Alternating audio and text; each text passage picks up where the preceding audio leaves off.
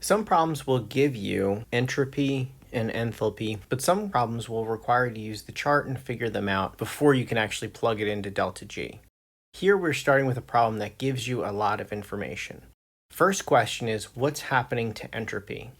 First thing you need to be able to do is identify what entropy is, and then what it means that it's negative. That means entropy is going down. So a decrease in entropy means it's going to be less random. Is the reaction spontaneous or not?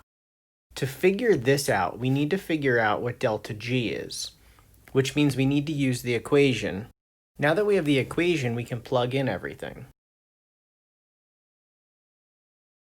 Entropy here is given in kilojoules per mole times Kelvin.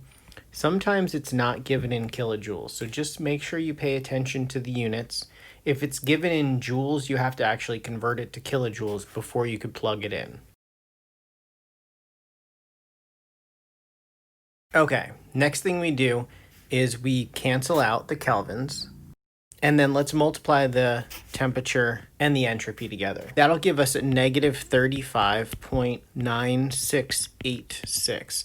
And if we were worried about sig figs here, because we're multiplying, it would have 3 sig figs, and that decimal point would be important. All right, so let's continue on. Now we have negative 136.9.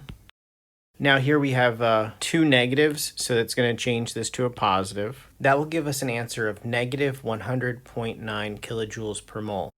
And the sig figs here go to the 10th place because this is the 10th place here, and then also the sig figs go to the 10th place. Remember, when you're adding, it's the least number of decimal places.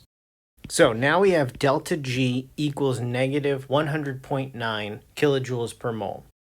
The question was, is this spontaneous or not?